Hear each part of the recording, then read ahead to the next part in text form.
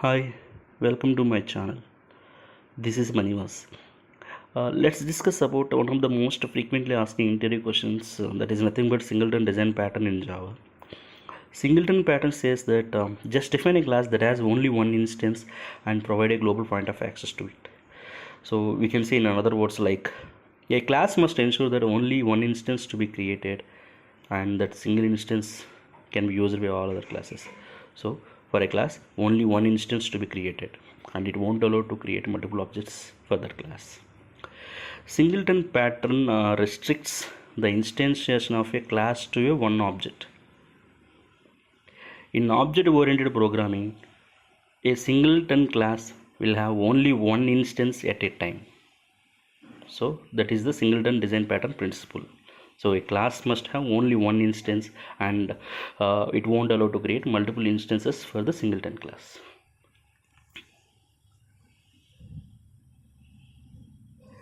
Let's consider a class as a fixed functionality and it doesn't differ whether you create one instance or multiple instances of that class. So why do we need to create multiple instances if there is no change in the functionality? So we can restrict to create multiple instances for that class using the singleton design pattern principle. We can make that class as singleton so it won't allow to create multiple instances. If multiple objects created for the same functionality, then memory for the entire remaining objects will be wasted, right? So to reduce the memory wastage, we can make that class as a singleton. Let's take an example. In our application, we have a properties file with some data. Okay, so I'm creating a class with the name read properties file. Okay, so this class functionality is to read the properties file data and create an object with the data and returning back. In our applications, several classes need properties file data. So what those classes will do, they will create instances to the read properties file class and using that instance they will get the properties file data. So whatever classes need properties file data, they will create read properties file class object, right? So in that way multiple objects creating for the read properties file class, but the class functionality will not differ, right, whether we create one or more. So memory will be wasted, right, to create multiple objects for that class. So what we can do, we can make that class as a singleton, so it won't allow to create multiple instances, only one instance to be created, and all the classes whichever required properties file data, those classes will create instance for, will use the instance of the read properties file and get the data. So in this way we can save them, we can reduce the memory wastage. Let's consider another example in real time.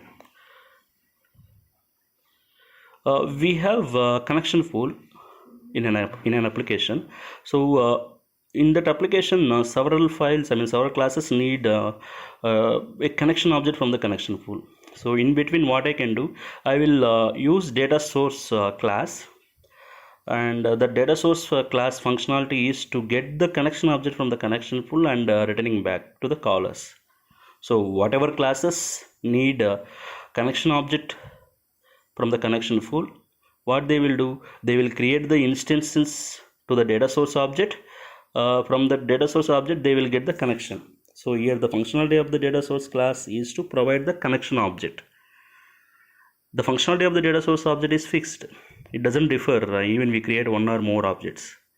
So let's consider 5 classes in our application need connection object.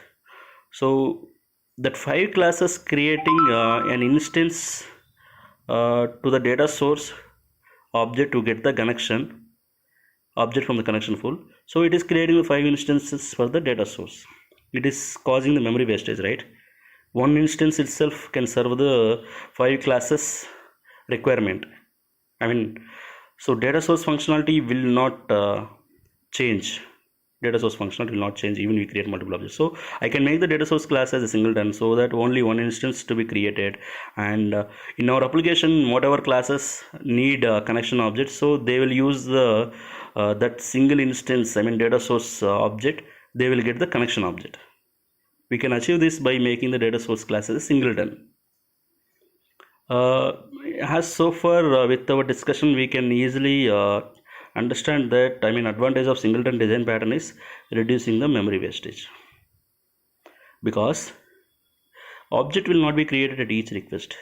Only single instance will be created, and that single instance will be reused again and again. That is the advantage of singleton design pattern.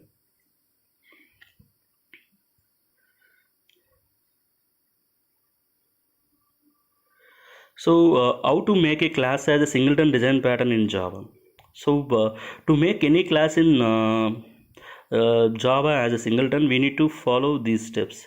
First, we need to have a static member inside that class, and declare a private constructor inside that class, and one static factory method we need to have it inside that class. So with these three steps, we can make a class as a singleton.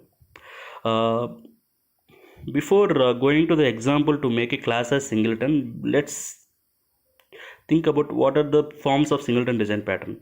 So we have two forms. One is early instantiation and lazy instantiation. Early instantiation means creating the instance at the time of loading, but lazy instantiation means create an instance whenever it is required. We will see both forms with examples in further few seconds. So to make a class a singleton, we need to perform these three steps. I mean, need to have a static member, private constructor, and static factory method. So why private constructor? Declaring inside the class, because by declaring the constructor as a private inside the class, so that we can prevent the instantiation of that class outside of that class. So outside of that class we cannot do instantiation, so we are preventing the object creation of the class outside of it. So for that purpose we are declaring the private constructor. And static factory method, what is the purpose of static factory method?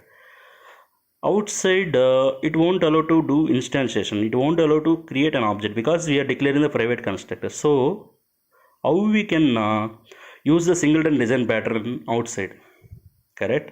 So inside the static factory method, we will returning the object of the singleton class, so that whatever classes need singleton class functionality or object, those classes will call the static factory method and get the object of singleton class. Because of that purpose, we are having the static factory method. And static member, why do we need to declare the static member inside the singleton class? To hold the instance of the singleton class. So these are the three things we need to remember before making a class as a singleton in design pattern, I mean as a singleton in Java. Sorry. Yeah, first let's understand early instantiation of the singleton pattern. As name resembles, early instantiation means creating the instance of the class at the time of declaring the static data member, so that instance of the class will be created at the time of class loading. Let's take a class with name A, and inside that class I am declaring the static data member with the name obj of type class A. While declaring this obj static data member, at the time of declaring itself, I am creating an instance to the class A, and obj referring that instance. So at the time of declaring the static data member itself, I am initializing the class A. And the next thing is I am declaring the private constructor, so that outside it will prevent to instantiate this class, and in that way it won't allow to create our objects outside. So we created object inside this class, and we declared the private constructor. So outside it won't allow to instantiate. Then now we can use the instance of this class outside. So to achieve that purpose, we have the static factory method. I am declaring the static factory method with the name getA. This method will return the object which we created in above statement. That is the purpose of having the static factory method. But here the disadvantage of early instantiation is, if the object we created, right, if it is not used by any other classes, then memory wastage, right? So this is the disadvantage in early instantiation.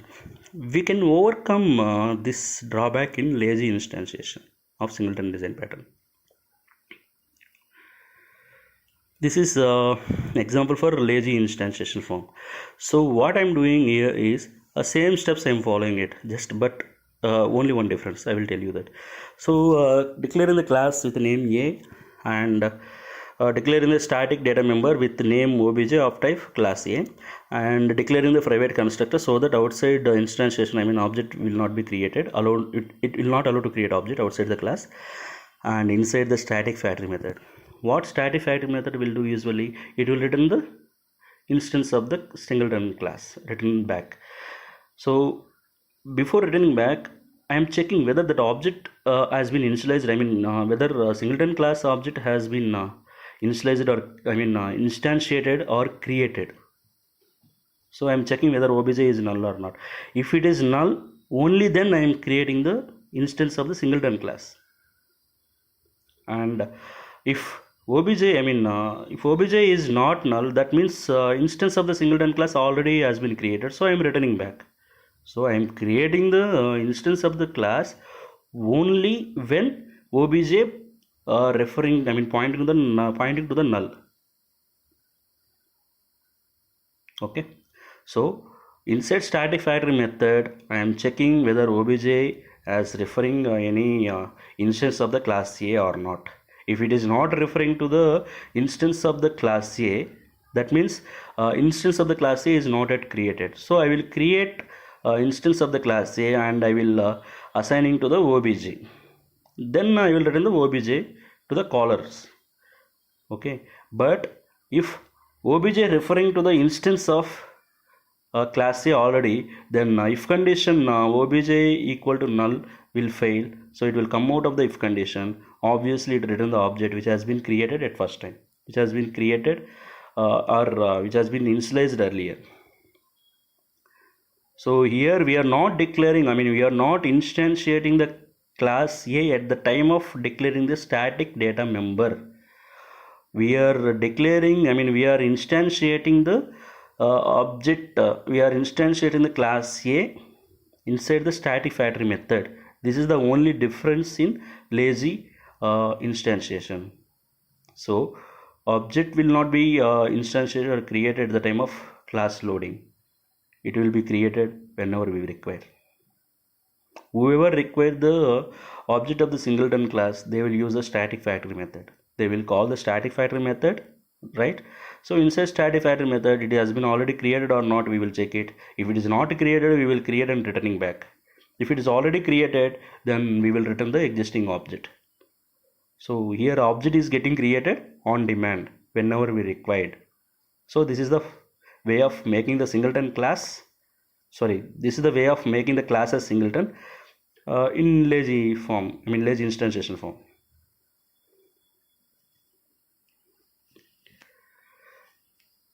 We can create one of object of singleton class inside static factory method, so that we can create the object lazily, and hence we can avoid the memory wastage problem of the above approach.